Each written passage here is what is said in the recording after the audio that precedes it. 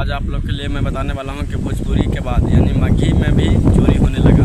तो मैं आप लोग के न्यूज़ चैनल या माध्यम से नहीं बता रहा हूं, एक ब्लॉगर के माध्यम से बताने वाला हूं कि छोटे कलाकार यानी कि आशीष यादव ही खुद चोरी कर लिए हैं, जो कि गाना का नाम है मलबा मलबा मत कर रे बेटा मलबा जीव के काल होता है। तो यानी कि आशीष यादव जी यानी एक छोटे कलाकार को उन्होंने गाना चुरा कर गा चुके हैं।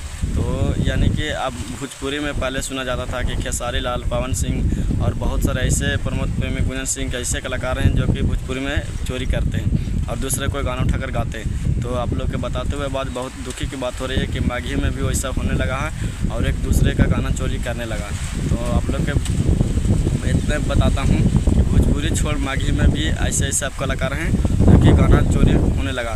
तो आशीष यादव यानी कि एक गाना गाए हैं जो कि मलबा मलबा मत कर रे बेटा मलबा जीव के काल होता है। आशीष यादव यानी कि गाना चुरा कर छोटे कलाकार को गा चुके हैं। तो आप लोग के लिए बता रहा हूँ कि भोजपुरी छोड़ा माघी में भी चोरी होने लगा और चोरी होएगा भी, यानी कि छोटे मोटे कलाकार माघी में अब नहीं रह चुके हैं। बड़े ऐसे ऐसे कलाकार हैं जो कि माघी में तहलका मचा चुके हैं, तो माघी में चोरी होवे करेगा। क्योंकि मलबा मलबा मत कर रे बेटा मलबा जीव के काल होता है।